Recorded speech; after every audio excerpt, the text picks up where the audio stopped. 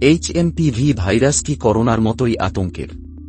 কলকাতায় ইতিমধ্যেই ৩ জন আক্রান্ত হয়েছে হিউম্যান মেটানিউমোভাইরাস বা এইচএমপিভি ভাইরাসে। আজ আমরা আলোচনা করব এই ভাইরাসের বিপজ্জনক দিক এবং আমরা কিভাবে এর মোকাবিলা করতে পারি তা নিয়ে।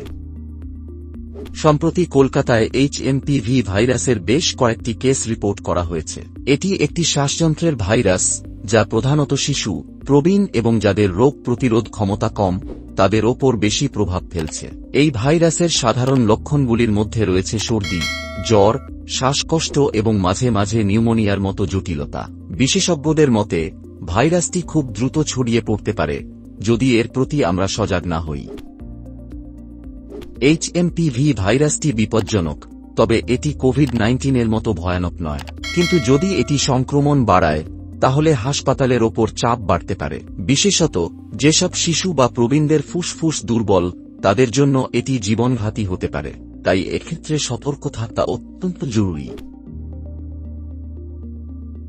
এইচএমপিভি এবং কোভিড-19 মধ্যে প্রধান পার্থক্য হল তাদের প্রভাব এবং সংক্রমণ হার। কোভিড-19 ছিল একটি অতিমারী যা বিশ্বজুড়ে ছড়িয়ে পড়েছিল। এইচএমপিভি একটি সাধারণ শ্বাসযন্ত্রের ভাইরাস যা সাধারণত ঋতু পরিবর্তনের সময় বেশি দেখা যায়। তবে এখনও এর কোনো ভ্যাকসিন বা নির্দিষ্ট চিকিৎসা পদ্ধতি নেই, তাই প্রতিরোধী একমাত্র উপায়।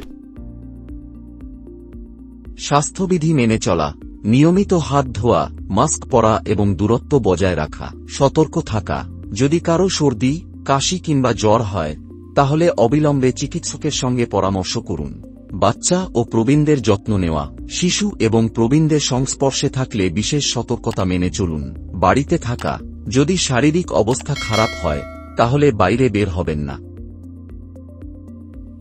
বিশেষজ্ঞদের মতে এইচএমপিভির কারণে বর্তমানে লকডাউন প্রয়োজন নেই, তবে যদি সংক্রমণ অত্যন্ত বৃদ্ধি পায় এবং পরিস্থিতি নিয়ন্ত্রণের বাইরে চলে যায় তাহলে কঠোর ব্যবস্থা নেওয়া হতে পারে। কিন্তু আমরা যদি শুরু থেকেই সতর্ক হই তাহলে এই পরিস্থিতি এড়ানো সম্ভব। এই কারণে ইতিমধ্যেই এবছর কুম্ভ মেলায় সতর্কতা রাখা হচ্ছে।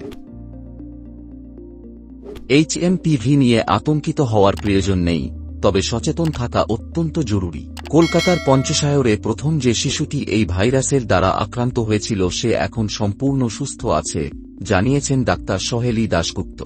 স্বাস্থ্যবিধি মেনে চলুন এবং কোনো লক্ষণ দেখা দিলে অবিলম্বে চিকিৎসকের পরামর্শ নিন। আসুন আমরা সবাই মিলে এই ভাইরাসের বিরুদ্ধে লড়াই করি। সচেতন থাকুন এবং সুস্থ থাকুন। আমাদের ভিডিওটি শেয়ার করতে ভুলবেন না। এরকম আরও সাম্প্রতিক ভিডিও দেখতে চাইলে ডাক্তারবাবু চ্যানেলটি সাবস্ক্রাইব করুন।